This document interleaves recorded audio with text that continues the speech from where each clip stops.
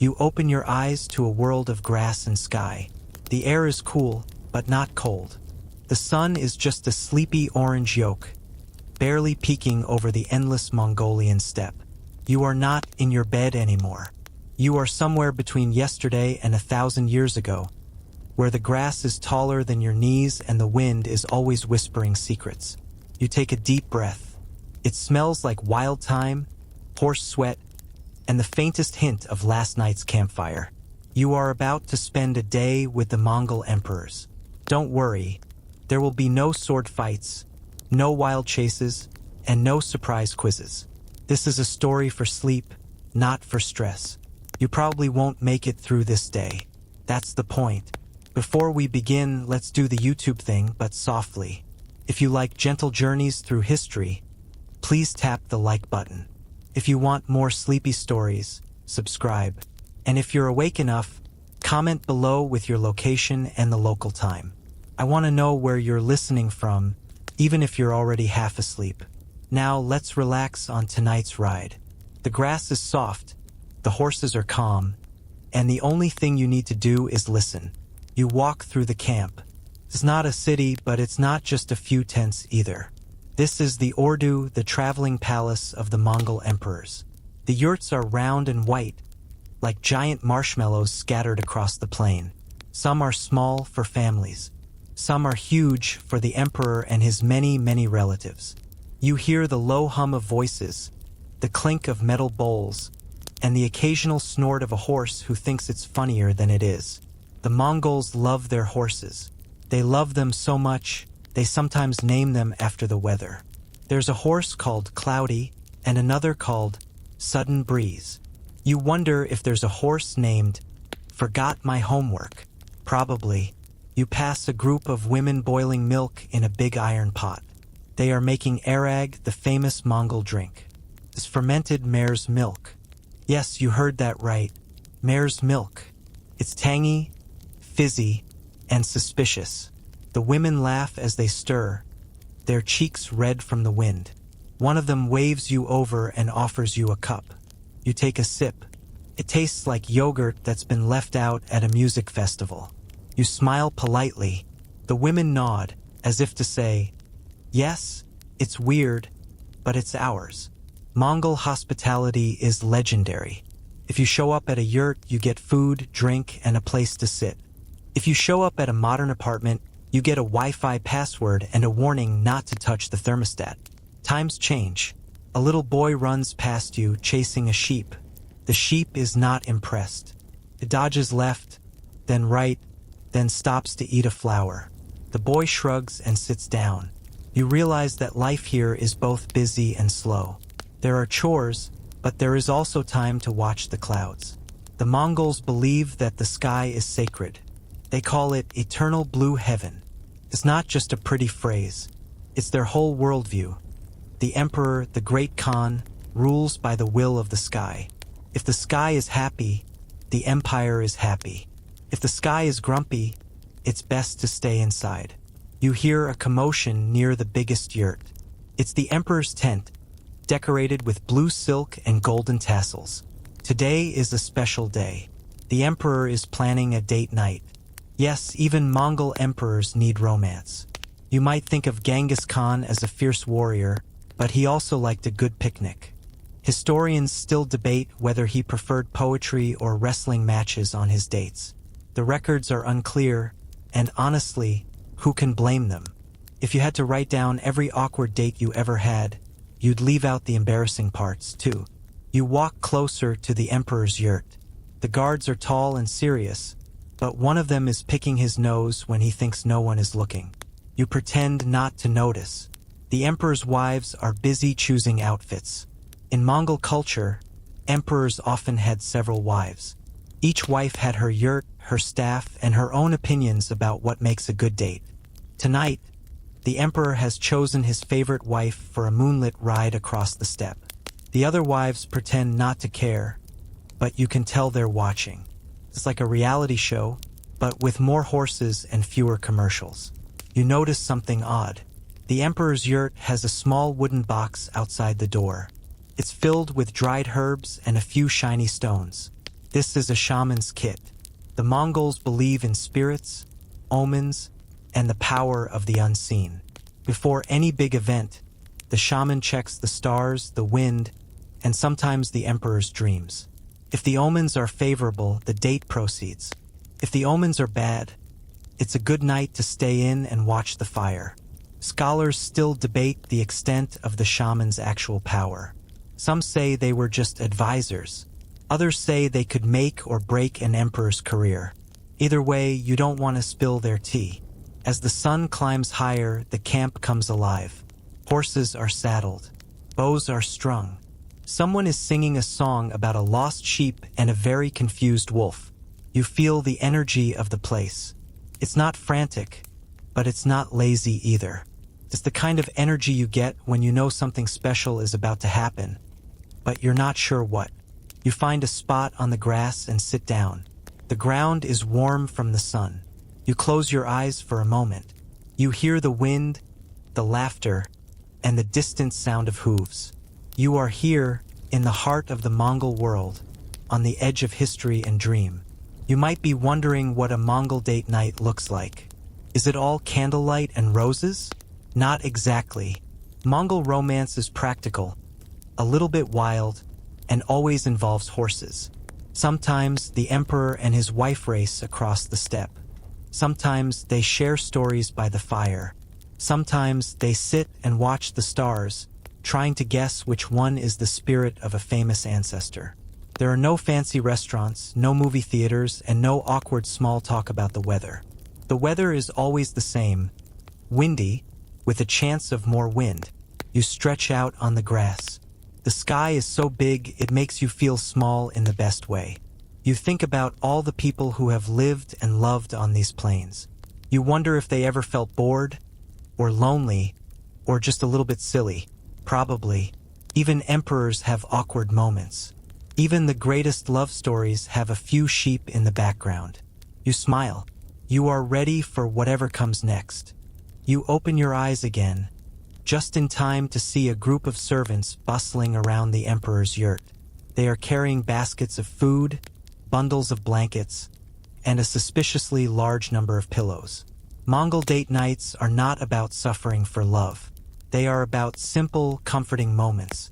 You watch as one servant carefully arranges a pile of dried cheese curds on a silver plate.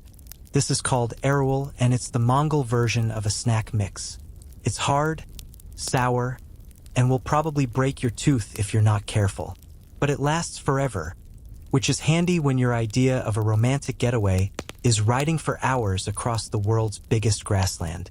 A young woman walks by, balancing a teapot on her head. She doesn't spill a drop. Is this a test for future empresses? If you can carry tea without tripping over a goat, you're halfway to royalty. The tea is salty, made with milk and a pinch of butter. It's not what you'd find at a fancy cafe, but it's warm and filling. The Mongols drink it all day, every day. Some say it keeps the wind out of your bones. Others say it's just an excuse to sit and gossip. Historians still debate whether the tea was more about hydration or about staying informed about the latest news from the next yurt over. You hear laughter from a group of children playing a game with sheep ankle bones. They toss the bones in the air and try to catch them on the backs of their hands. The game is called shagai, and it's part luck, part skill, and part don't let the sheep see you stealing their bones. The children are experts. You try to join in, but your bones go flying into the grass. The kids giggle and hand you a new set. This act of Mongol hospitality makes you feel part of a larger narrative. You realize that even the most minor things here have a story to tell. Every bone, every cup, and every song is a thread in a much bigger tapestry. The emperor finally steps out of his yurt. He is not wearing a crown, but a simple fur hat. His robe is blue, the color of the sky. He looks more like a friendly uncle than a fearsome ruler.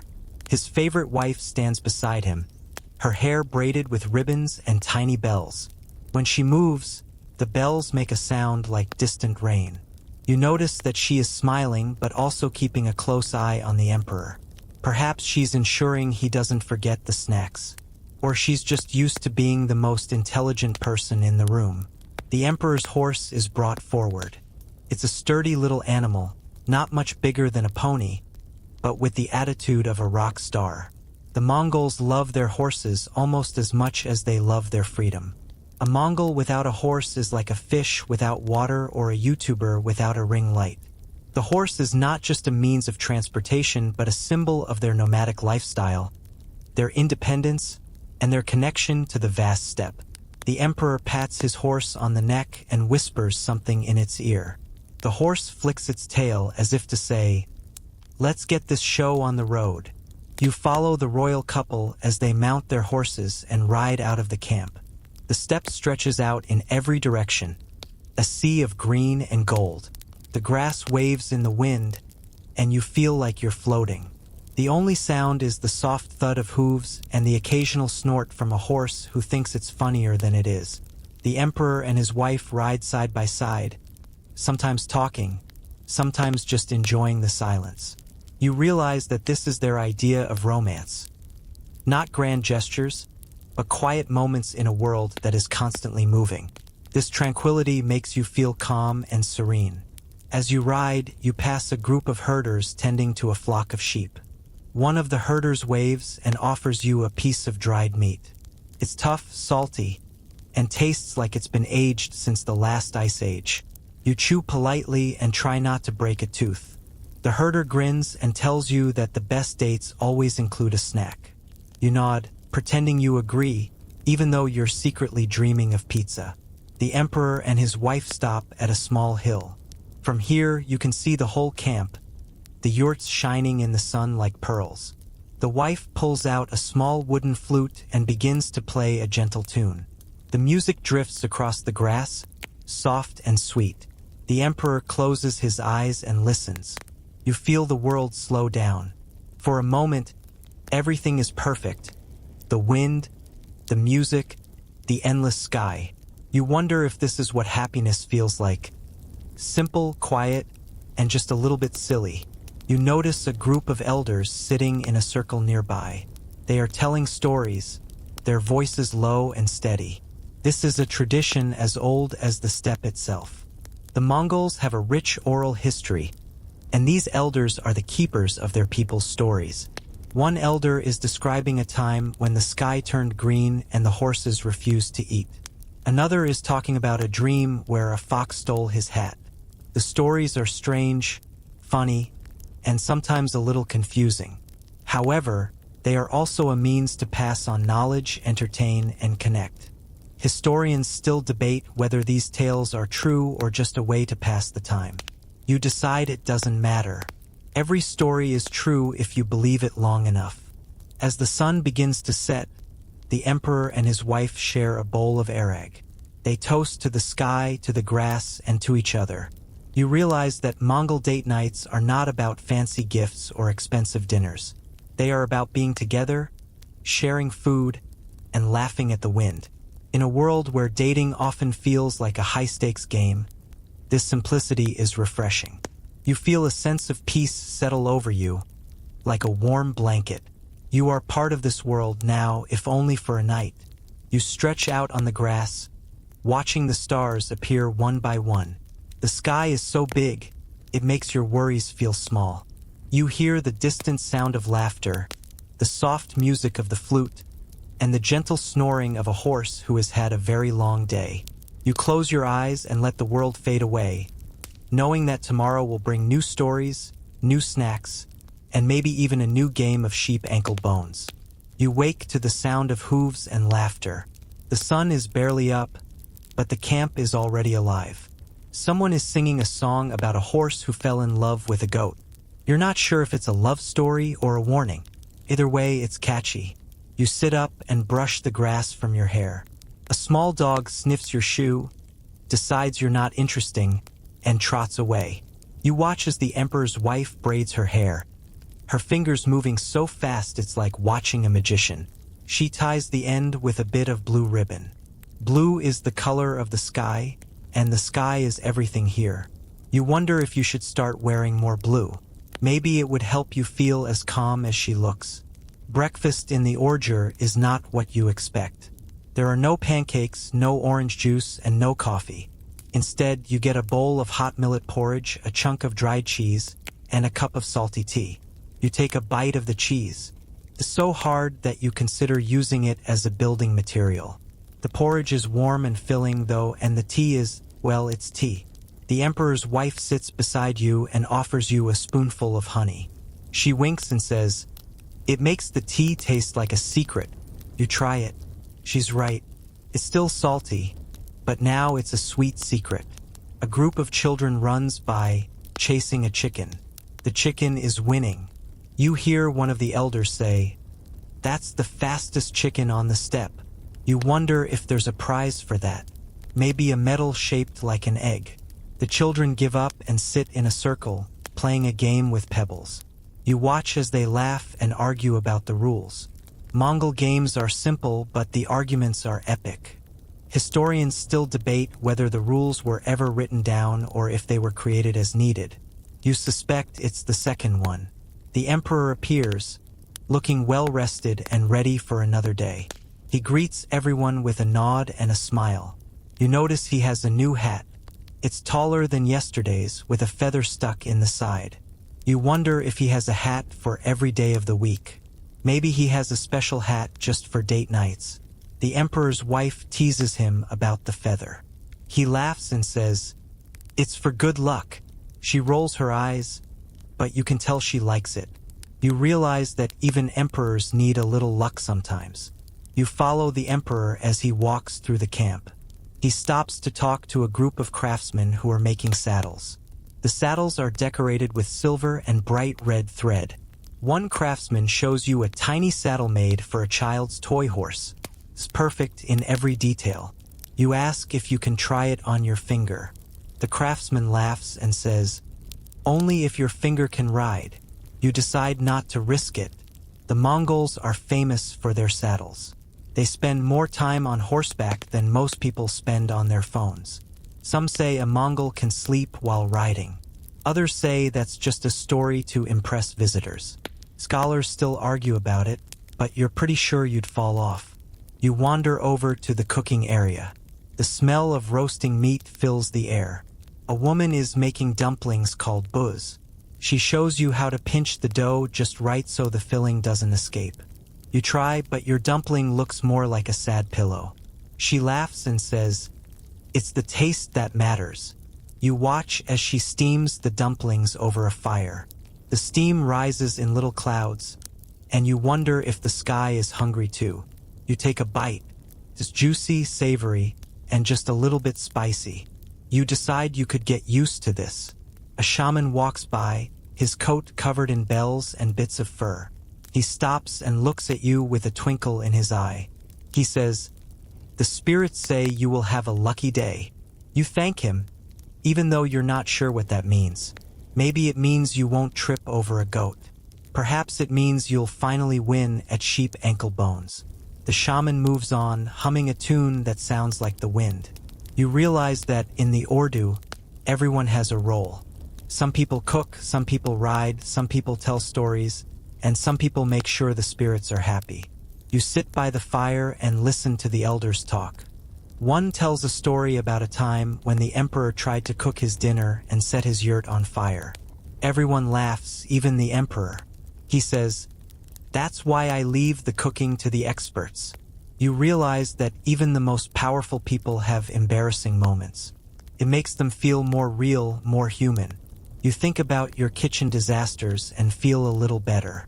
As the morning passes, the camp gets ready for another journey. The yurts are packed up, the horses are saddled, and the carts are loaded with everything from blankets to musical instruments. The Mongols are always ready to move.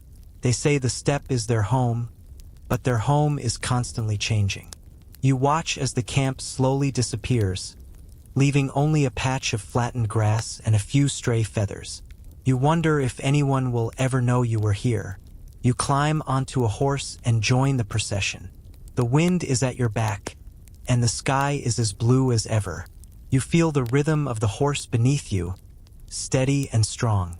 You look around and see the emperor and his wife riding together, laughing about something you can't hear. You realize that date nights on the steppe are not about where you go, but who you're with.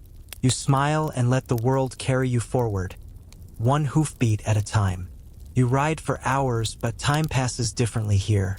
The steppe stretches out forever, and the sky is so vast it could swallow your worries whole.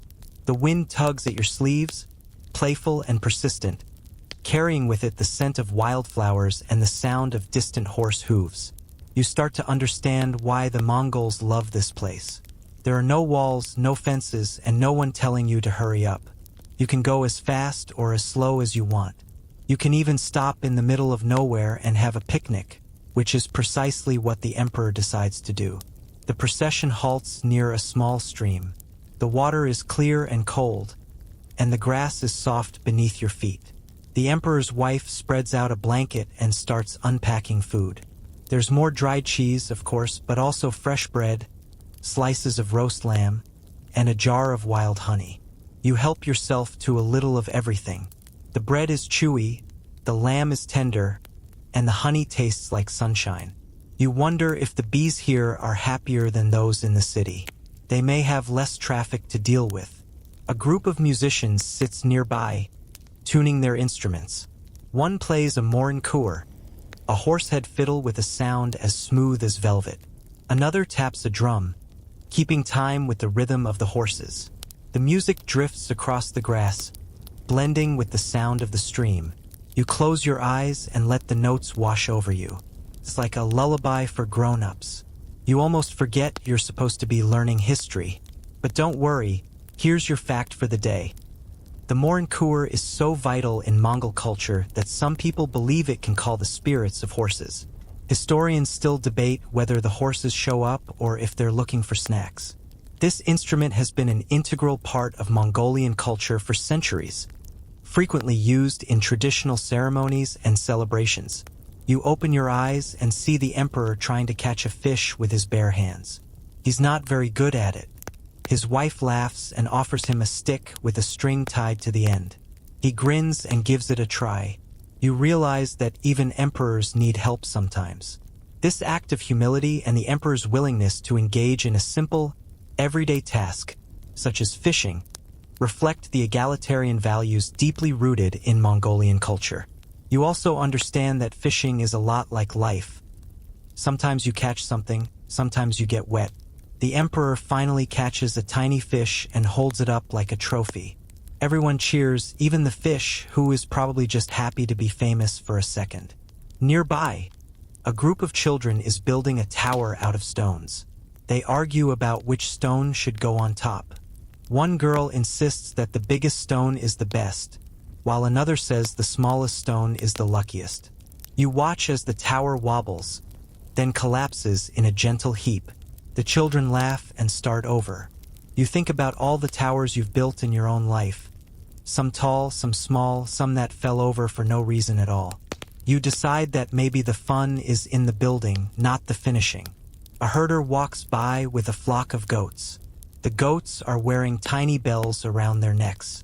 Every time they move, the bells jingle softly. The herder tells you that the bells help him find the goats if they wander off. He also says the goats like the music. You're not sure if he's joking, but the goats do look pretty happy. You wonder if you should start wearing a bell in case you get lost in the grocery store. The emperor's wife sits beside you and asks if you know any stories.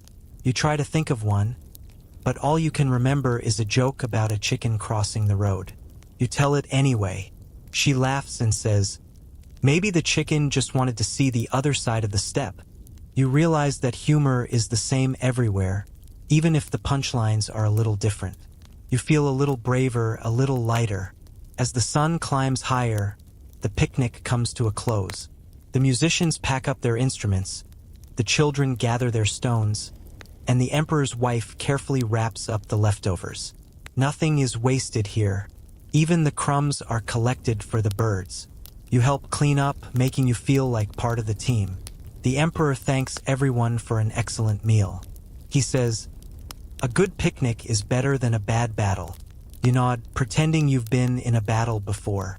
The closest you've come is fighting with a stubborn jar lid. The camp gets ready to move again.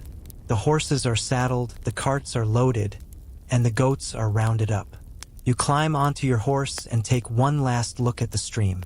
You see your reflection in the water, a little tired, a little sunburned, but happy. You realize that the steppe has a way of making you feel both small and essential at the same time.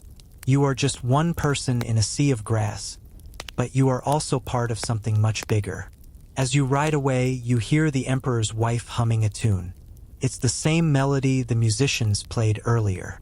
You find yourself humming along, even though you don't know the words.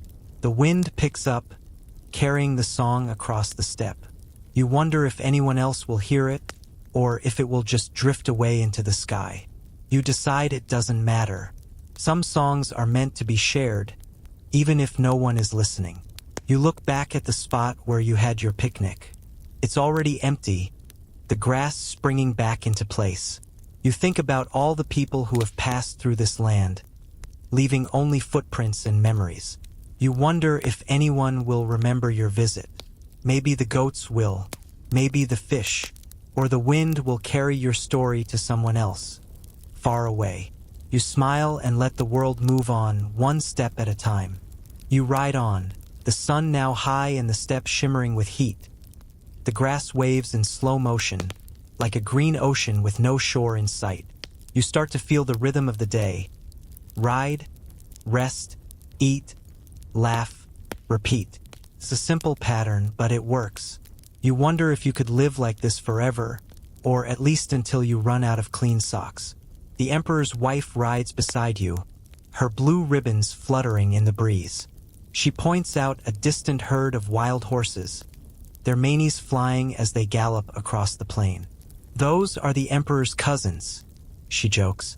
They only show up for weddings and free food. You laugh, and she grins, pleased with her joke. In this moment, you feel a part of this community, sharing in the laughter and the beauty of the steppe. The group stops at a small grove of trees. It's rare to see trees out here, so everyone gathers in the shade. The elders sit in a circle, their backs straight and their eyes sharp.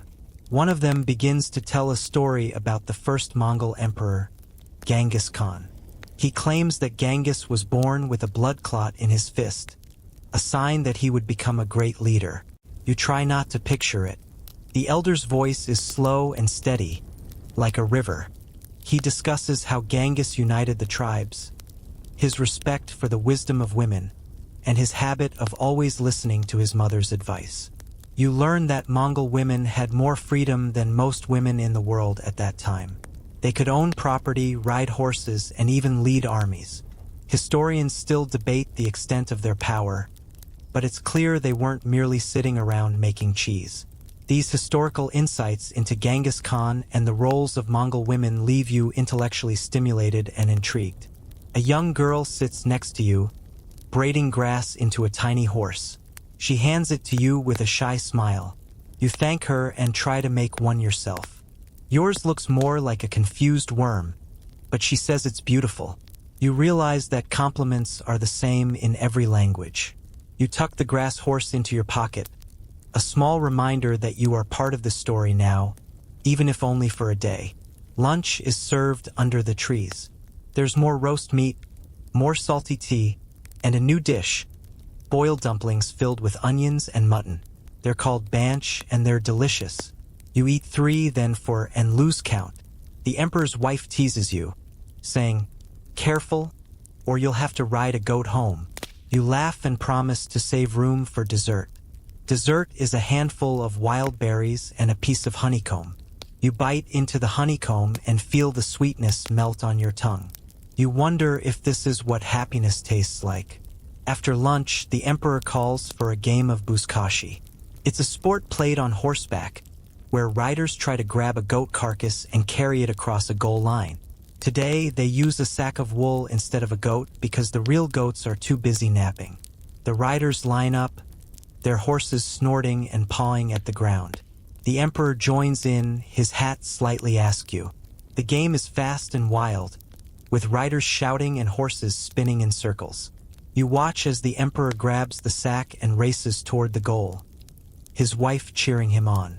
He wins, of course, but only because everyone else lets him. You realize that sometimes being emperor means always winning at games, but never at fishing.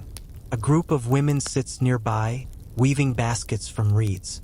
They invite you to join them. You try to follow their instructions, but your basket resembles a hat more than anything else. One woman puts it on her head and strikes a pose. Everyone laughs, and you feel a little less embarrassed. The women talk about their families, their favorite horses, and the best places to find wild onions. You learn that Mongol women are experts at finding food in the wild. They know which plants are safe to eat, which ones make good tea, and which ones will give you a stomachache for a week. You decide to stick with the berries. As the afternoon fades, the camp prepares to move again. The yurts are packed up, the horses are saddled, and the carts are loaded. You help roll up a yurt, surprised at how quickly it comes apart. The felt walls are heavy, but everyone works together to support them. You realize that the Mongols are experts at moving. They can pack up an entire village in less time than it takes you to find your car keys. Could you learn to be as organized as this? Probably not, but it's a nice thought. The emperor's wife finds you as you're tying your shoes. She hands you a small pouch filled with dried herbs. "For good dreams," she says. You thank her and tuck the pouch into your pocket, next to the grass horse. You feel a little lighter, a little braver. You realize that sometimes the smallest gifts are the ones you remember the longest. As the sun sets, the camp moves on. The sky turns pink and gold, and the grass glows in the fading light. You ride with the others, the wind at your back and the world stretching out before you. You feel the rhythm of the steppe, steady and strong. You realize that you are part of something ancient and beautiful, a story that has been told for centuries. You smile and let the world carry you forward, one hoofbeat at a time. The sense of adventure and discovery fills you with excitement and engagement as you ride into the unknown. You ride into the evening, the sky now a deep blue blanket sprinkled with stars. The air cools and you pull your coat tighter around your shoulders. The camp finally stops near a small hill, and everyone begins to set up for the night. The yurts go up quickly like magic. You eagerly help unroll a felt wall, and someone hands you a wooden peg. You hammer it into the ground, feeling a surge of pride in your contribution. The emperor's wife laughs and says, "You're a natural." You wonder if you could add yurt builder to your resume. It would stand out in a job interview. Imagine explaining that one. "Yes, I have experience in open concept living and mobile architecture. Also, I'm great with hammers." Dinner is a quiet affair. The emperor sits with his wife, sharing a bowl of soup. The soup is made from lamb, onions, and wild herbs. Simple, but it warms you from the inside out. You sip slowly, watching the steam curl into the night air. Someone passes around a plate of flatbread, still warm from the fire. You tear off a piece and dip it into your soup. Tastes like comfort. You realize that food here's not just about eating.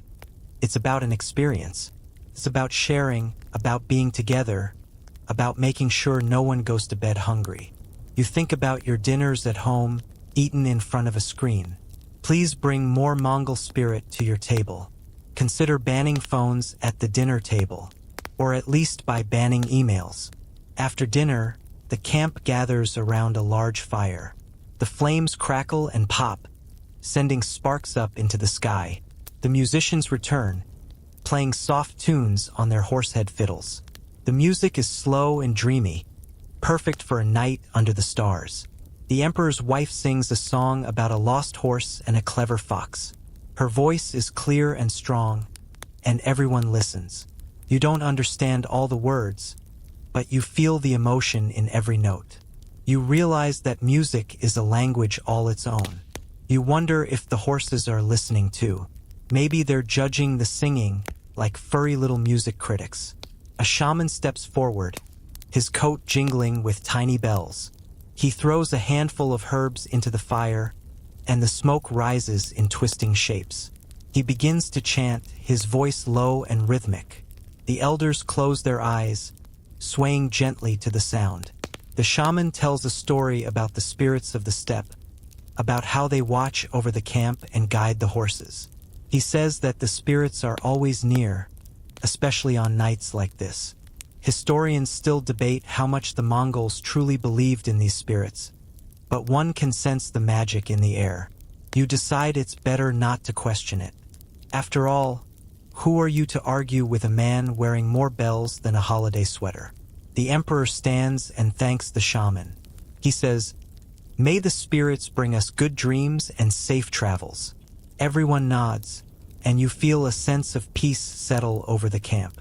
The fire burns low, and people begin to drift off to their yurts. You stay by the fire a little longer, watching the embers glow. You think about all the stories you've heard today, all the laughter and music and quiet moments. You realize that history is not just about battles and dates. It's about people, about the small things that make life worth living. It's about the way the firelight dances on someone's face, or the way a song can make you feel at home, even when you're far away. You finally head to your yurt, feeling sleepy and content. The inside is warm and cozy, with thick blankets and soft pillows. You lie down and close your eyes, listening to the sounds of the camp. You hear the distant laughter of children, the soft snoring of horses, and the gentle hum of the wind. You feel safe, wrapped in the comfort of the steppe.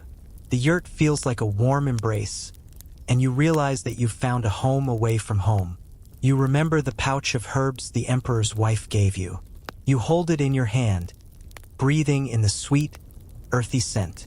You feel a wave of calm wash over you. You wonder if the spirits are watching, if they're smiling at your clumsy attempts to fit in. You hope they are. You wish to dream of horses, music, and endless grass. You hope you'll wake up tomorrow ready for another day on the steppe. As you drift off, you hear a soft tapping at the yurt door. It's one of the children holding a small lantern. She whispers, "The stars are out. Come see." You wrap yourself in a blanket and step outside. The sky is a river of light, the Milky Way stretching from one end of the world to the other. The emperor and his wife are there, pointing out constellations. The emperor claims one of the stars is named after his favorite horse. His wife rolls her eyes and says, "That star is too slow to be your horse." Everyone laughs, and you feel the warmth of belonging, as if you've always been a part of this group. You sit in the grass, the cool earth beneath you, the sky above. Someone passes around a bowl of dried fruit. You chew slowly, savoring the sweetness. The emperor tells a story about a time he got lost on the steppe and had to follow a fox back to camp. The children listen wide-eyed, and you find yourself believing every word. You realize that stories are the glue that holds this world together. They are how people remember, how they hope, how they dream. Eventually, the group drifts apart, each person returning to their yurt. You linger a moment longer, watching the last sparks of the fire fade into the night. You feel a deep sense of peace, as if the steppe itself is singing you to sleep. You return to your yurt, curl up under the blankets, and let the world slip away.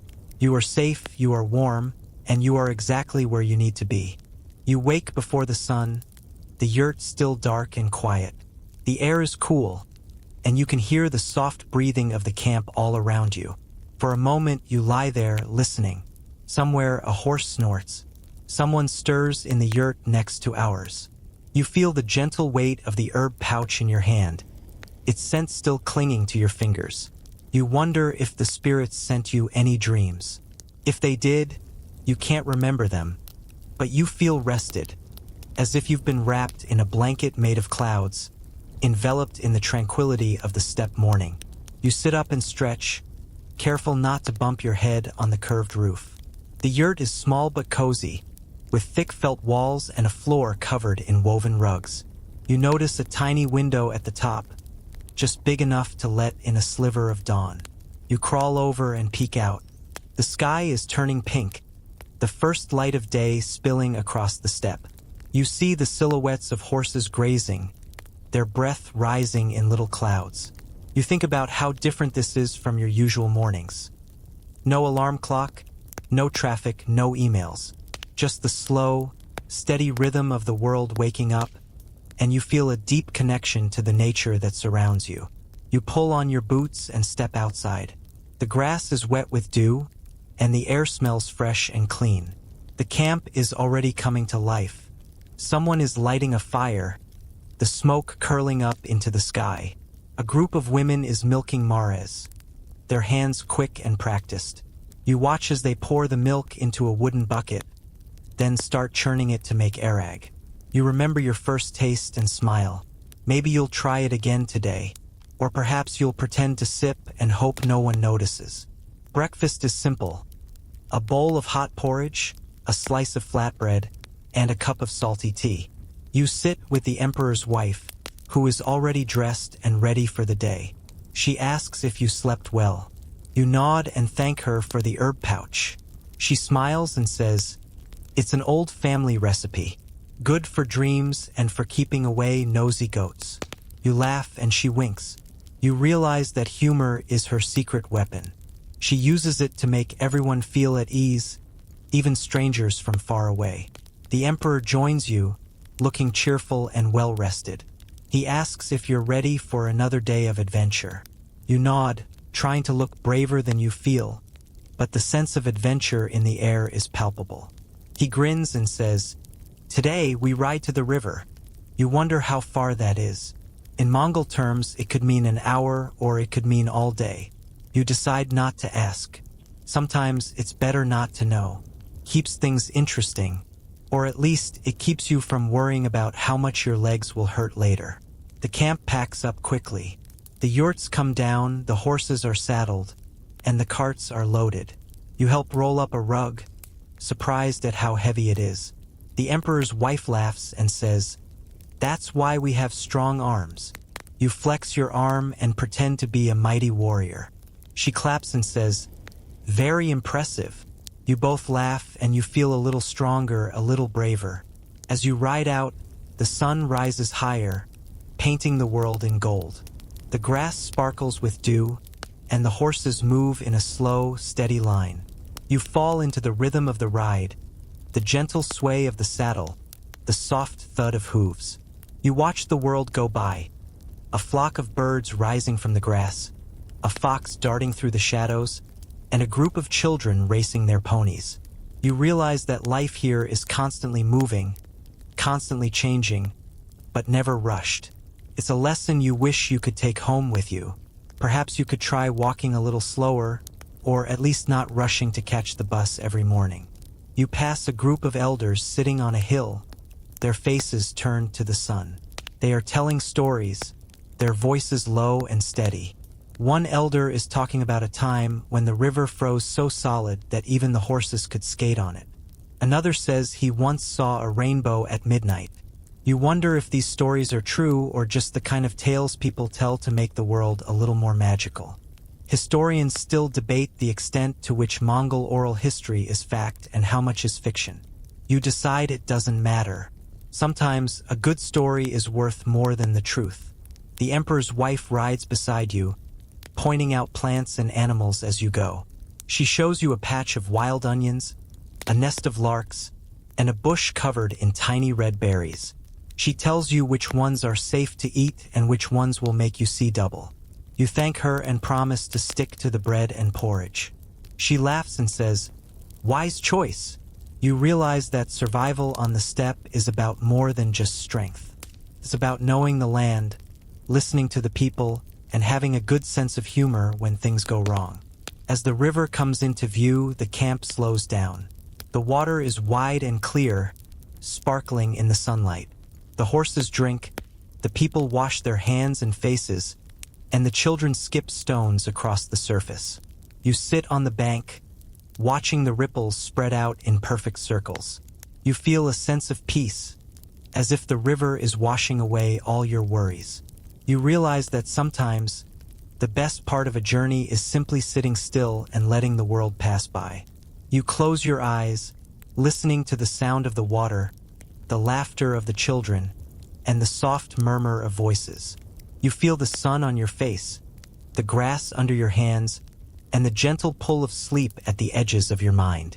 You are here in this moment, and that is enough. You open your eyes to the river, still sparkling in the morning sun. The camp is busy, but not rushed. People move with purpose, but no one seems in a hurry. You watch as the emperor's wife kneels by the water, washing her hands and face. She splashes a little water on you, laughing when you jump. "It's good luck," she says. You're not sure if she means it, but you decide to believe her. After all, a little luck never hurts, especially when you're traveling with Mongol royalty. Breakfast by the river is a quiet affair, a shared moment of sustenance. The emperor sits on a flat rock, eating porridge from a wooden bowl. He offers you a spoonful and you accept. It's warm and filling, with a hint of wild honey. You notice that everyone shares their food here. There's no such thing as mine or yours. It's all ours. You wonder what would happen if you tried that at home. Probably a lot of confused looks and maybe a missing sandwich or two. But here, in this Mongol camp, it's a norm, a way of life that makes you feel part of a larger family. After breakfast, the emperor announces that today is a day of rest. No riding, no packing, no moving the camp. Just a day to enjoy the river and each other's company. The children cheer, and even the horses seem to relax. You feel a wave of relief. Your legs are grateful for the break, and your mind is ready for a slower pace. You find a comfortable spot under a tree and settle in, ready to watch the world go by, feeling the calm of the day seep into your bones. A group of women gathers nearby, washing clothes in the river. They chat and laugh, their voices blending with the sound of the water. One of them invites you to join in. You hesitate, but she hands you a shirt and shows you how to scrub it on a flat stone. You try your best, but your technique is more splash and hope than scrub and rinse. The women giggle and offer gentle advice. You realize that laundry is less about getting clothes clean and more about sharing stories and jokes. You wonder if anyone at home would believe you spent the morning doing laundry with Mongol queens. The emperor's wife sits beside you, her hands busy with embroidery. She shows you a piece of cloth covered in tiny, colorful stitches. The pattern is a mix of flowers, horses, and swirling clouds. She explains that every design has a meaning. Flowers for happiness, horses for strength, clouds for good fortune. She offers you a needle and thread. You try to make a flower, but it looks more like a confused spider. She smiles and says, "It's beautiful. Maybe it's a lucky spider." You laugh, grateful for her kindness. You realize that art here is not about perfection. It's about telling a story one stitch at a time. A group of elders sits in a circle, playing a game with stones and sticks. You watch as they take turns moving the pieces and arguing about the rules. One elder insists that he's winning, even though he has the fewest stones. Another says the real winner is the one who tells the best joke. You decide that's a rule you can get behind. The elders invite you to play, and you join in, even though you have no idea what you're doing. You lose quickly, but no one seems to care. The point is to play, not to win. You think about all the games you've played in your life and how often you've worried about the score. It may be time to start playing just for fun. As the day goes on, the camp settles into a gentle rhythm. Some people nap in the shade, others fish in the river, and a few brave souls try to teach the horses to dance. The horses are not impressed. One horse stands perfectly still, refusing to move no matter how many treats are offered. The emperor's wife laughs and says, "He's the best dancer. He knows when to stop." You realize that even the animals here have a sense of humor. Or maybe they're just stubborn. Historians still debate whether Mongol horses were trained to be clever or if they just learned to ignore humans. Lunch is a picnic by the water. There's bread, cheese, dried fruit, and a pot of soup simmering over a small fire. You help serve the food, passing bowls and spoons to everyone. The emperor thanks you with a smile, and you feel a little glow of pride. You realize that even the most minor tasks are essential here. Everyone has a role, and everyone's effort is valued. What would it be like if every community operated in this manner? There could be fewer arguments and more picnics. After lunch, the emperor's wife suggests a walk along the riverbank. You follow her, listening to the soft squish of your boots in the mud. She points out animal tracks in the sand, deer, fox, and something she claims is a river dragon. You raise an eyebrow and she grins. You never know what you'll find out here.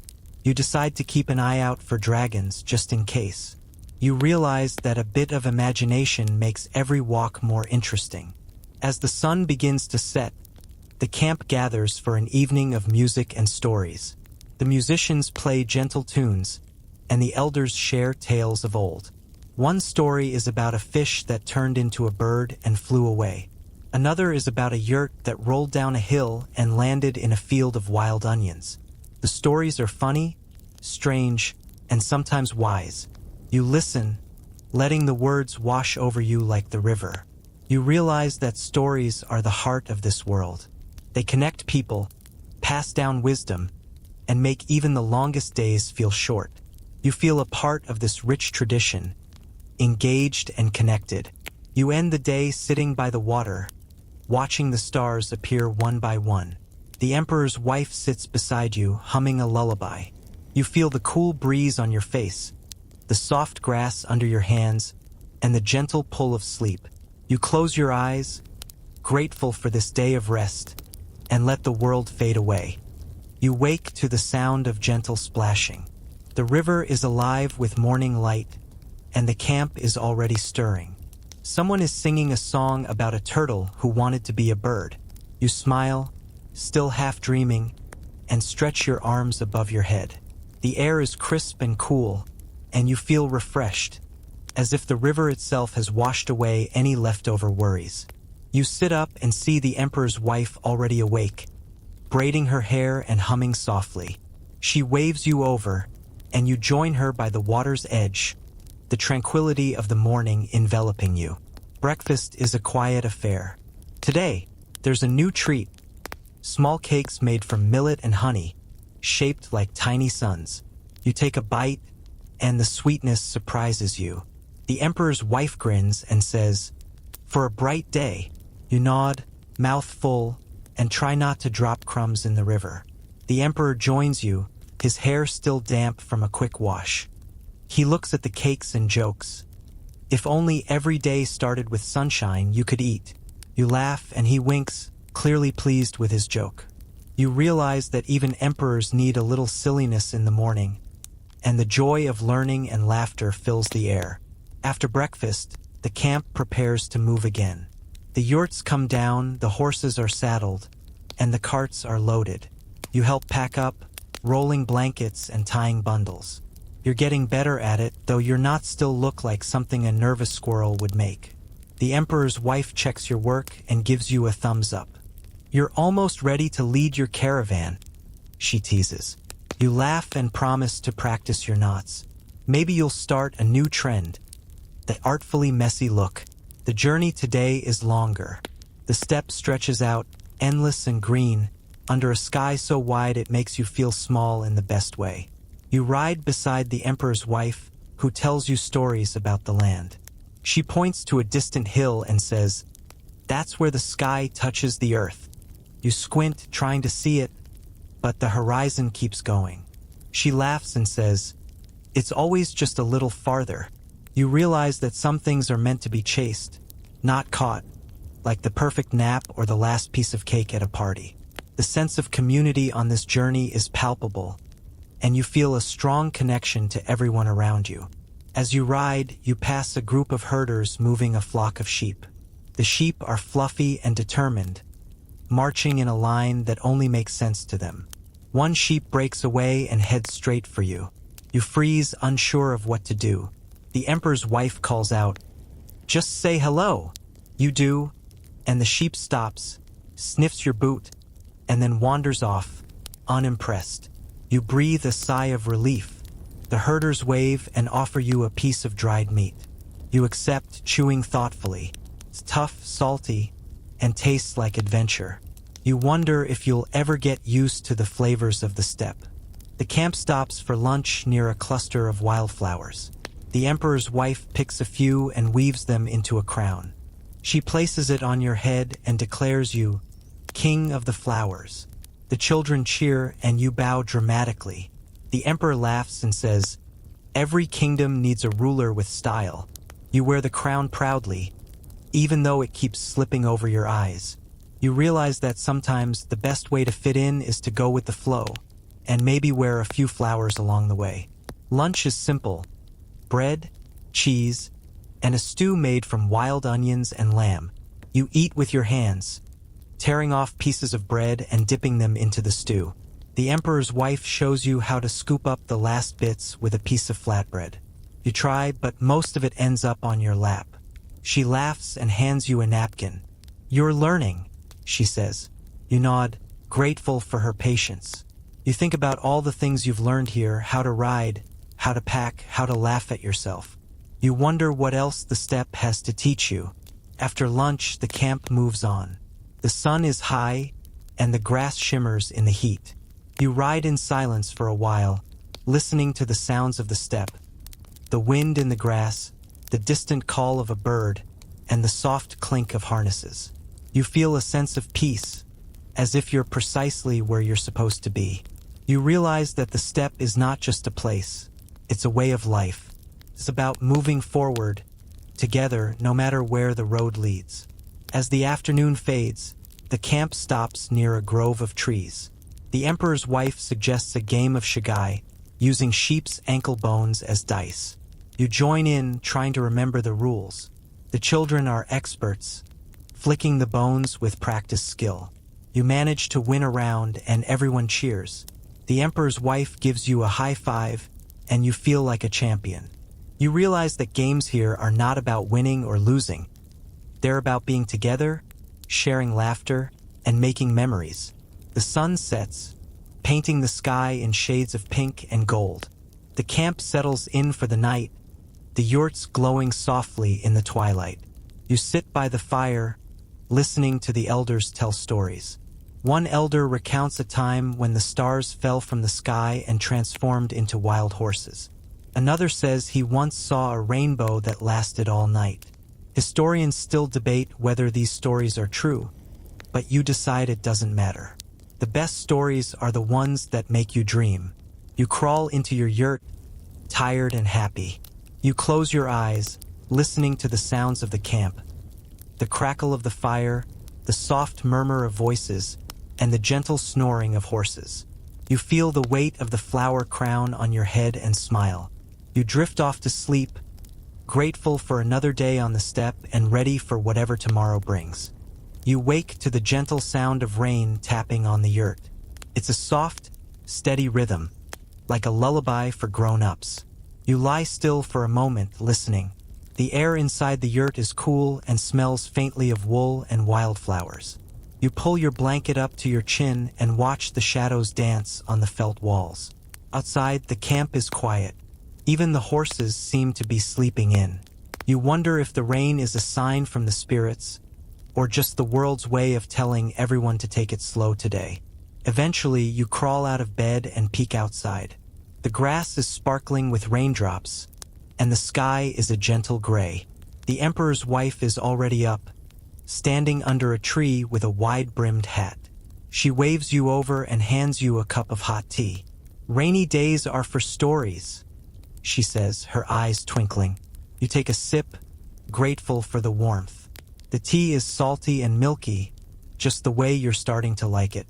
You realize that even the weather here has its rhythm. Sometimes wild, sometimes gentle, always a little unpredictable. Historians still debate whether the Mongols preferred sunny days or rainy ones, but you're starting to think they just made the best of whatever came their way. Breakfast is a cozy affair inside one of the larger yurts. Everyone squeezes in, sitting cross-legged on thick rugs. The emperor's wife serves bowls of hot porridge, sweetened with a bit of honey. The emperor jokes that rainy days are the only time he gets to eat breakfast without dust in his food. You laugh, and so does everyone else. Someone passes around a basket of dried fruit, and you help yourself to a handful. The children are quieter than usual, listening as the elders begin to tell stories. In this shared moment, you feel a part of this warm, welcoming community. One elder starts with a tale about a magical horse that could outrun the wind. Another tells a story about a yurt that floated down a river and ended up in a land of singing frogs. The stories are funny, strange, and sometimes wise. You notice that everyone listens closely, even the emperor. You realize that stories are more than just entertainment here. They're a way of teaching, remembering, and bringing people together. You wonder if you have any stories worth telling. Perhaps you'll start with the story about the time you attempted to make dumplings and ended up with a kitchen full of flour. The joy of storytelling fills the yurt, making everyone feel a little lighter. After breakfast, the rain slows to a drizzle. The emperor's wife suggests a craft day. She brings out a basket of colored threads, beads, and scraps of felt. You sit with her and a group of women, learning how to make small decorations for the yurt. You try to sew a pattern of clouds, but your stitches wander off in their direction. The emperor's wife laughs and says, "Your clouds are free spirits." You decide that's a compliment. You add a few beads for good luck and tie your creation to the wall of the yurt. It may look a little odd, but it always makes you smile every time you see it. The children invite you to join them in a game of hide and seek. You agree, thinking it will be easy to hide in the open steppe. You quickly learn that Mongol children are experts at finding the best hiding spots, behind carts, under blankets, even inside empty water barrels. You hide behind a pile of saddles, but a curious goat gives you away. The children laugh and declare you the goat's best friend. You accept the title with a bow, secretly pleased. You realize that sometimes it's good to be found. Lunch is a simple meal of soup and bread, eaten inside the yurt while the rain patters on the roof. The emperor's wife shares a story about her childhood, about the time she got lost in a field of wildflowers and had to follow a butterfly back to camp. You listen, imagining her as a little girl, brave and curious. You realize that everyone here has a story, and every story is a thread in the fabric of the camp. In the afternoon, the rain finally stops. The sky brightens, and the camp slowly comes back to life. People step outside, stretching and laughing. The horses shake off the rain and start grazing. The emperor's wife suggests a walk to see the river, now swollen and sparkling from the rain. You follow her, splashing through puddles and breathing in the fresh, clean air. She points out new flowers blooming along the bank, their colors brighter after the rain. You pick a few and tuck them behind your ear. The post-rain tranquility envelopes the camp, making it a serene and beautiful setting. As evening falls, the camp gathers outside for a special meal. The emperor's wife has prepared a stew with fresh herbs and wild greens. The emperor declares it the best meal he's had all week, and everyone cheers. You eat slowly, savoring every bite. The sky turns pink and gold, and the first stars appear. Someone starts a song, and soon everyone joins in. The music is soft and sweet, drifting across the steppe like a promise. You end the day sitting by the fire, wrapped in a blanket, watching the last embers glow. The emperor's wife sits beside you, humming a lullaby. You feel the gentle pull of sleep, the warmth of the fire, and the comfort of being part of something bigger than yourself. You close your eyes, grateful for rainy days, for stories, and for the simple joy of being here, right now. You wake to a world washed clean. The rain has left the grass shining, and the air smells like new beginnings. The camp is already busy, everyone moving with a quiet energy. You step outside your yurt and stretch, feeling the cool breeze on your face, the droplets of rain still clinging to the grass tickling your feet. The emperor's wife is nearby, brushing her horse's mane. She waves you over and hands you a brush. "Even emperor's horses need a little pampering," she says with a grin. You laugh and get to work, the horse leaning into your touch. You wonder if horses secretly enjoy spa days as much as people do. If this horse could talk, you're pretty sure it would ask for a cucumber eye mask and a hoof massage. Breakfast is a cheerful affair. The emperor, a man of both power and humor, sits with his family, sharing jokes and stories with them. Today's treat is a kind of pancake made from millet and eggs, cooked over the fire and drizzled with honey. You take a bite and close your eyes, savoring the sweetness. The emperor's wife teases, "Careful, you'll want to stay forever if you eat too many." You smile and think, maybe that wouldn't be so bad. The children, with their innocent and infectious laughter, are already planning games for the day. One boy claims he can outrun a horse. The horse, overhearing, looks deeply unimpressed, adding a touch of animal humor to the scene. After breakfast, the emperor announces a special event, a day of friendly competitions. The camp buzzes with excitement. There will be horse races, archery contests, and even a wrestling match or two. You feel a flutter of nerves. Your athletic skills are more enthusiastic spectator than future champion. The emperor's wife assures you, it's all for fun. The only prize is bragging rights. You nod, relieved. You decide to try your hand at archery, mainly because the bows look impressive and you secretly hope to channel your inner action hero. Spoiler alert, you are not an action hero. The archery field is set up with targets made from painted wood. The emperor demonstrates this first, as his arrow flies straight and true. The crowd cheers. You take your turn, trying to remember everything you've seen in movies. You pull the string, aim, and let go. The arrow sails and lands a good 10 feet short of the target. The emperor's wife claps anyway, declaring, "A new record for shortest flight." You bow, accepting your new title as Master of Miniature Arrows. The children giggle, and you laugh along, grateful for the good-natured teasing. You're pretty sure you've invented a new sport, competitive missing.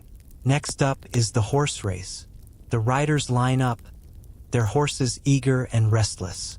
The emperor's wife invites you to ride, but you politely decline, remembering your last attempt at fast riding.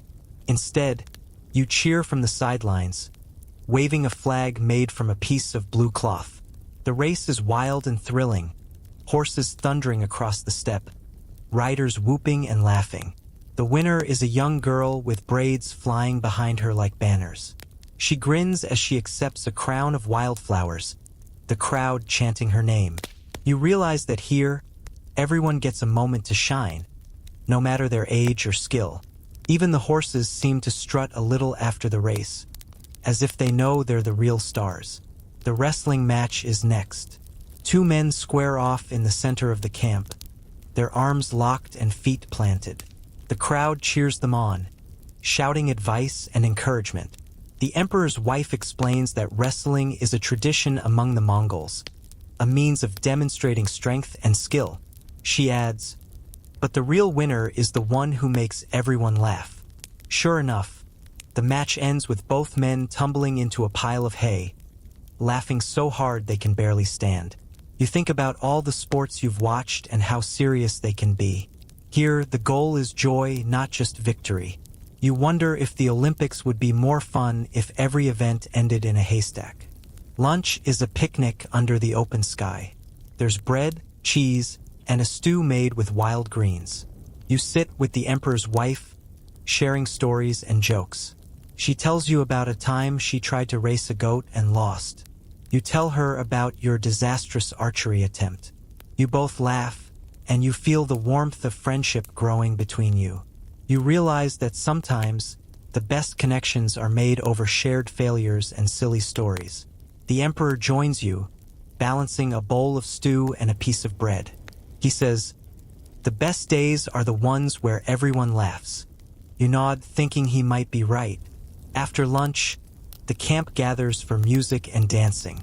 The musicians play lively tunes, and everyone joins in, clapping and stomping their feet. The emperor's wife pulls you into the circle, and you do your best to keep up. Your dancing is more creative interpretation than traditional step style, but no one seems to mind. The children copy your moves, turning the dance into a joyful, swirling mess. You laugh until your sides ache, grateful for the freedom to be silly. Even the elders join in, their steps slow but full of joy. As the sun begins to set, the competitions wind down. The emperor thanks everyone for their spirit and laughter. He declares that the real prize is the happiness shared by all. The camp settles in for the evening, tired but content. You sit by the fire, watching the stars appear one by one. The emperor's wife sits beside you, her eyes reflecting the firelight. She says, "Today was a good day. The steppe is happiest when we are together." You nod, feeling the truth of her words. You look up at the sky, now deep blue and full of stars, and feel a sense of belonging. You crawl into your yurt, muscles sore but heart full. You close your eyes, listening to the soft sounds of the camp, the crackle of the fire, the gentle laughter, and the distant whinny of a horse. You drift off to sleep, dreaming of races, laughter, and the endless sky above, knowing that tomorrow will bring new adventures and more reasons to smile. You wake to the sound of birds singing and the gentle clatter of breakfast being prepared. The air is cool and fresh, and the sky is a soft, sleepy blue. You stretch and peek outside your yurt. The camp is already alive with movement. The emperor's wife is pouring tea, her hair shining in the morning sun. She waves you over, and you join her by the fire. She hands you a cup of tea and a small cake, still warm from the coals. "Today is a day for stories," she says, her voice soft and inviting. You sip your tea, feeling the warmth spread through you. The cake is sweet and crumbly, and you wonder if you'll ever be able to eat breakfast cereal again without missing the taste of honey and fire. The emperor joins you, looking relaxed and cheerful. He sits cross-legged by the fire and asks if you slept well. You nod and he grins. "Good. You'll need your energy." Today we visit the storytellers. You feel a flutter of excitement. You've heard about the Mongol storytellers, men and women who can spin a tale so vivid, you feel like you're living it. The emperor's wife explains that storytelling is an important tradition here. It's how history is remembered, how lessons are taught, and how laughter is shared. Historians still debate whether the stories are more fact or fiction, but everyone agrees they're the heart of the steppe. After breakfast, the camp gathers in a wide circle. The storytellers sit in the center, their faces lined with wisdom and mischief. One storyteller, an older woman with a voice like velvet, begins with a tale about a fox who outsmarted a greedy merchant. Her words paint pictures in the air of moonlit chases, clever tricks, and a merchant who ends up with a bag full of pebbles instead of gold. The children giggle and even the emperor laughs. You realize that stories here are not just for children. They're for everyone, a way to connect and remember. The next storyteller, a man with a booming laugh, tells a story about a yurt that floated away in a flood and landed in a kingdom of singing frogs. He makes frog noises so convincing that even the horses look up, curious. The emperor's wife wipes tears of laughter from her eyes. You try to imagine a yurt full of frogs and decide it would be the world's strangest sleepover. The storyteller ends with a wink, saying, "Never trust a frog with your pillow. Make a mental note." As the morning unfolds, a tapestry of stories is woven. Some are humorous, some poignant, and some so bizarre they seem like dreams masquerading as memories. A woman shares a tale of a horse that could soar through the skies, but only when no eyes were upon it. A man recounts a story of a river that crooned lullabies to weary wanderers. You listen, spellbound, feeling the stories wrap around you like a comforting shawl. Each story, you realize, is a precious offering, a fragment of someone's soul laid bare. At midday, the camp pauses for a communal meal. The emperor's wife serves a stew crafted from wild herbs and succulent lamb. You savor each mouthful, the flavors mingling with the stories you've heard. The emperor invites you to share a tale from your own life. You recount a memory of getting lost in a bustling market as a child and the patience of a kind security guard who guided you back to safety. The camp erupts in laughter, and the emperor's wife remarks, "Every story, no matter how small, is a treasure." You feel a sense of belonging. Your story is now part of the camp's rich tapestry. After the meal, the storytellers invite everyone to partake in a game. Each person contributes a sentence to a collective story, building it together, one line at a time.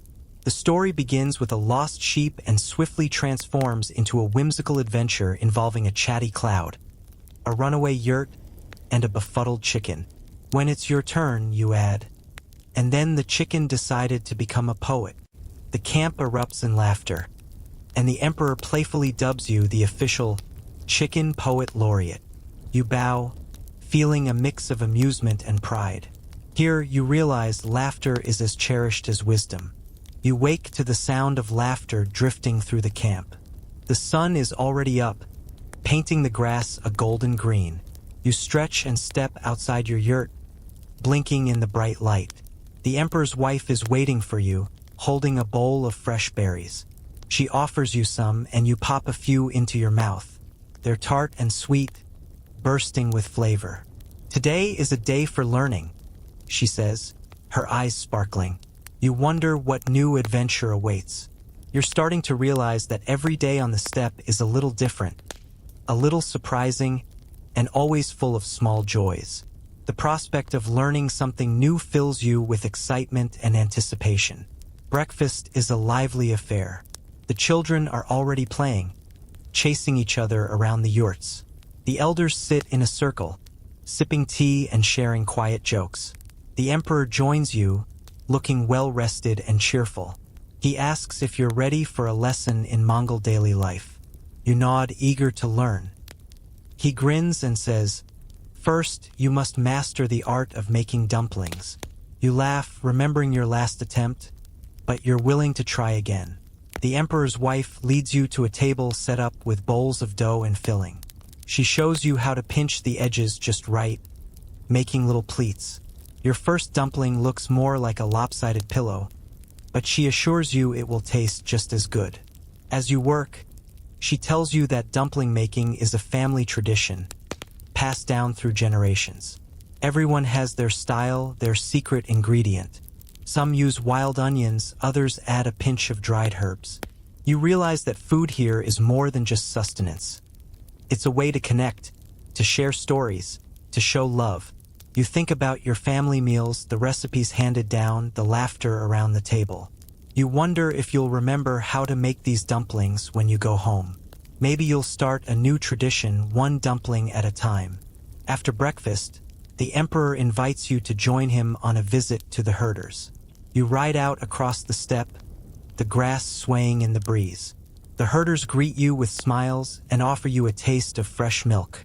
It's creamy and cool with a hint of wildflowers. The emperor explains that herding is the backbone of Mongol life. Sheep, goats, horses, and cattle provide a range of products, including food, clothing, and shelter. He points out a group of children helping to round up the animals. Everyone has a role, he says. Even the smallest hands are important. You watch as a little boy leads a stubborn sheep back to the flock, his face set in determination. You realize that responsibility starts early here, and everyone takes pride in their work. The herders show you how to spin wool into thread, their fingers moving quickly and skillfully. You try, but your thread comes out lumpy and uneven. The herders laugh and encourage you to keep practicing. Even the best spinner started with a knot, one says. You smile, grateful for their patience.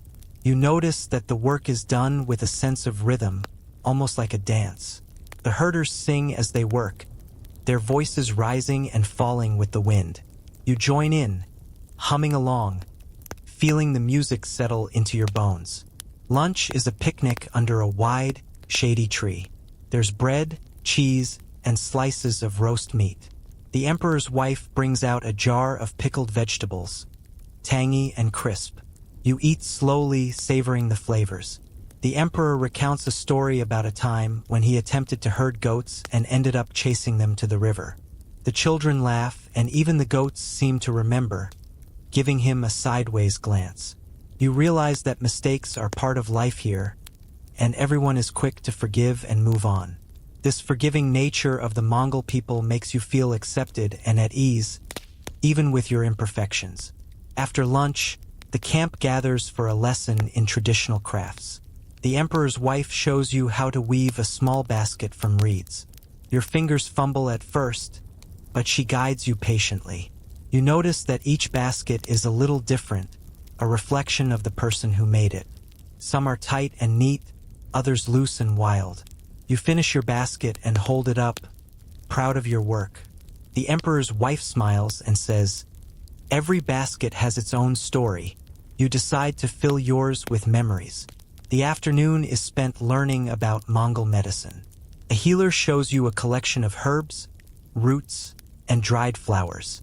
She explains how each one is used, for headaches, for sore muscles, for sweet dreams. She makes you a cup of herbal tea, fragrant and soothing.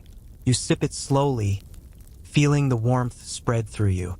The healer tells you that Mongol medicine is a mix of tradition and observation, passed down through generations. Historians still debate the effectiveness of some remedies, but you decide that a bit of comfort and care can heal almost anything. As the sun begins to set, the camp gathers for a quiet evening. The emperor's wife lights a small fire and invites everyone to share something they learned today. The children talk about herding, the elders share stories of their youth, and you show off your lopsided dumpling and wobbly basket. Everyone claps and cheers, and you feel a sense of belonging. The emperor says, "Learning is a journey, not a race." You nod, grateful for the lessons of the day. The strong sense of community and shared learning experiences make you feel like a genuine part of the Mongol culture. You crawl into your yurt, tired but happy. You close your eyes, listening to the soft sounds of the camp. You drift off to sleep, dreaming of dumplings, baskets, and the endless steppe, knowing that every day brings something new to learn. You wake to the gentle sound of hooves outside your yurt. The sun is just rising, painting the sky in soft pinks and golds. You sit up, stretching, and peek out to see the emperor's wife leading a group of horses to the river. She waves, her breath visible in the cool morning air. "Come help," she calls, and you pull on your boots, eager to join. The grass is damp with dew, and your feet leave little prints as you walk. The horses nuzzle you, their noses soft and warm. You laugh, feeling like you've been accepted into their secret club. If only your local bus driver were as friendly as this. Breakfast is a simple meal by the river. Fresh bread, a little cheese, and a handful of berries. The emperor's wife sits beside you, her hair braided with wildflowers. She tells you that today is a day for honoring the animals. Without them, we would have no milk, no wool, no way to travel, she says. You nod, thinking of all the ways the animals shape life on the steppe. The emperor joins you, carrying a bucket of water for the horses. He jokes, "They're the real rulers here. We do the chores." You laugh, and the horses seem to agree, tossing their manes and snorting in approval. After breakfast, the camp gathers for a special ceremony. The elders lead the way, carrying bowls of milk and small bundles of herbs. The emperor's wife explains that this is a blessing for the animals, a way to thank them for their hard work. Everyone stands in a circle, and the elders sprinkle milk on the ground, murmuring prayers. The horses, sheep, and goats stand quietly, as if they understand. You feel a sense of peace settle over the camp, a gentle reminder that every creature has its place. Historians still debate how much the Mongols believed in animal spirits, but you can't help but feel the magic in the air. The children are given the task of decorating the animals. They tie ribbons in the horses' manes, weave flowers into the sheep's wool, and even try to put a tiny hat on a goat. The goat is not impressed, but the children laugh and chase it around the camp. You help braid a long ribbon into a horse's tail, your fingers clumsy but determined. The emperor's wife watches, smiling. "You're getting better," she says. "Soon you'll be ready for the big festival." You wonder what the big festival is, but she winks and says, "Wait and see." Lunch is a feast in honor of the animals. There's roast lamb, fresh cheese, and a salad made from wild greens. The emperor raises a cup of arag and toasts the horses, the sheep, and even the stubborn goats. Everyone laughs and joins in. You take a sip of arag, still not quite used to the taste, but you smile anyway. The emperor's wife leans over and whispers, "It's an acquired taste, like singing in the rain or wearing mismatched socks." You laugh, grateful for her easy humor. After lunch, the camp prepares for games. The first is a horse race, but this time the children ride while the adults cheer. The horses trot patiently, letting the children feel like champions. The emperor's wife starts a game of Find the Hidden Bell, tying a tiny bell to one of the goats and challenging everyone to listen for the sound. You join in, creeping through the grass, trying not to laugh as the goat leads you in circles. When you finally find the bell, the children cheer and declare you the Goat Whisperer. You bow, accepting your new title with pride. The afternoon is spent learning about animal care and welfare. The emperor's wife shows you how to check a horse's hooves, brush its coat, and braid its mane. She explains that every animal has its personality, its likes and dislikes. Some horses love to run, others just want to nap in the sun, she says. You nod, thinking that people aren't so different. You help feed the animals, offering handfuls of grass and bits of apple. The horses nuzzle your pockets, searching for treats. You laugh, feeling a bond grow between you and these gentle creatures. As the sun begins to set, the camp gathers for music and stories. The elders tell tales of legendary horses, brave sheep, and clever goats. One story is about a horse that saved its rider from a storm by finding shelter in a cave. Another is about a goat that led a lost child back to camp. The emperor's wife sings a song about the animals of the steppe, her voice rising and falling like the wind. You listen, feeling the stories settle into your heart. Dinner is a quiet meal, and everyone is tired from the day's activities. The emperor's wife sits beside you, her hand resting on your shoulder. She says, "The animals are our family. We care for them, and they care for us." You nod, understanding. You think about all the ways you've been cared for here by people, by animals, by the land itself. You feel a deep sense of gratitude, a quiet joy that fills you as the stars begin to appear. You crawl into your yurt, the sounds of the camp fading into the night. You close your eyes, dreaming of horses running across the steppe, of goats in tiny hats, of a world where every creature is honored and loved. You drift off to sleep, grateful for another day in this gentle, generous world. You wake to the softest light, the sky just beginning to blush with dawn. The camp is quiet, wrapped in a gentle hush. You sit up, feeling the weight of the last days, full of laughter, learning, and the endless sweep of the steppe. You step outside your yurt, the grass cool beneath your feet, and breathe in the morning air. The emperor's wife is already awake, sitting by the fire, her hands wrapped around a steaming cup of tea. She smiles and pats the ground beside her. You join her, feeling the warmth of the fire and her quiet company. Today, she tells you, is a day for reflection. The camp will not move. There are no races, no competitions, no big feasts. Instead, everyone is invited to spend time with their thoughts, to remember, and to give thanks. You sip your tea, watching the smoke curl into the sky. The emperor joins you, his face calm and thoughtful. He says, "The steppe teaches us to move but also to pause, to listen to the wind, to remember where we've been." You nod, understanding. Sometimes the best journeys are the ones you take inside yourself. Breakfast is a simple meal of porridge and berries, a traditional Mongol dish, eaten in silence.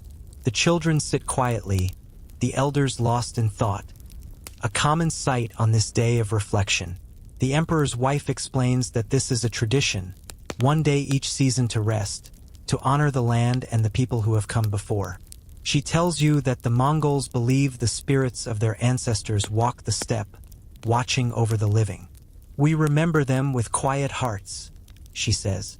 You look out at the endless grass, imagining all the footsteps that have passed this way. You feel small, yet also connected to something vast and timeless. A feeling deeply ingrained in Mongolian culture. After breakfast, you walk with the emperor's wife to a small hill overlooking the camp. She carries a bundle of wildflowers, which she scatters on the wind. For those who came before, she whispers. You stand beside her, feeling the breeze tug at your hair. The emperor joins you, placing a hand on your shoulder. He says, every story, every song, every meal. These are the ways we remember. You think about all the stories you've heard, the laughter you've shared, and the quiet moments by the fire. You realize that you are not just a visitor but a part of this story now, woven into the fabric of the steppe. The rest of the day unfolds in a serene tranquility. Some people nap in the shade, others walk along the river, and a few sit together, sharing memories in low voices. You spend time with the horses, brushing their coats and whispering thanks.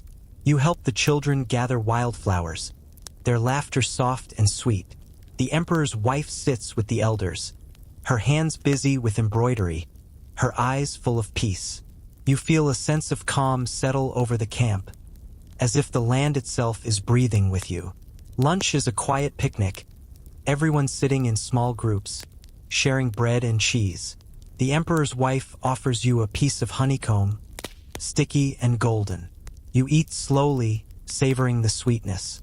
The emperor tells a story about his childhood, about a time he got lost on the steppe and was found by a wise old horse.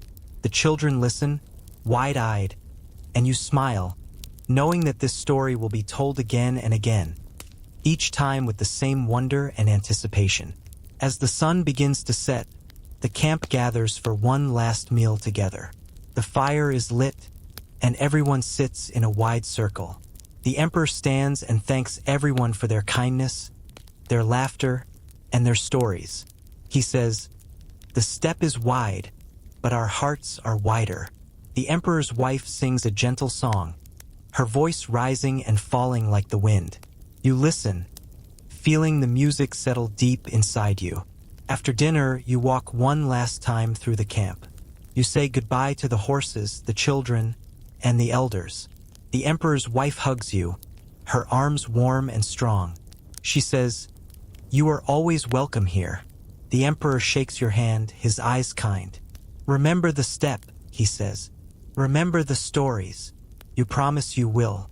You crawl into your yurt for the last time, the sounds of the camp soft and familiar. You close your eyes, feeling the gentle weight of all you've learned, all you've shared. You drift off to sleep, dreaming of endless grass, of laughter and music, of a world where every day is a new story. Now, as the night deepens and the last embers of the campfire glow softly in the darkness, you let your mind drift across the quiet steppe. The world is hushed, the grass barely moving in the gentle breeze, the sky above a deep, endless blue, scattered with 1,000 silent stars. You feel the warmth of the yurt around you, the softness of the blankets, and the faint scent of wildflowers and wood smoke lingering in the air. The laughter of the children, the songs of the elders, the steady heartbeat of the horses. All of it blends, a gentle lullaby that wraps around you like a soft, familiar shawl. You remember the taste of honey on your tongue, the cool water of the river, and the way the emperor's wife smiled as she handed you a cup of tea. You remember the stories, the games, the quiet moments of reflection, and the feeling of belonging to something ancient and kind. The steppe stretches out in your memory, wide and peaceful, a place where every day is a gentle adventure and every night is a promise of rest. You let your breath slow, your thoughts soften, and your body relax into the safety of this world. The wind outside is a whisper, the stars above are a comfort, and the earth beneath you is steady and sure. You are safe, you are welcome, you are home. Let the stories of the steppe carry you into sleep, gentle and unhurried. As the night folds around you and the world grows quiet, there is nothing you need to do, nowhere you need to go. Just rest, and let the peace of the Mongol night settle over you, soft and endless, until morning comes again.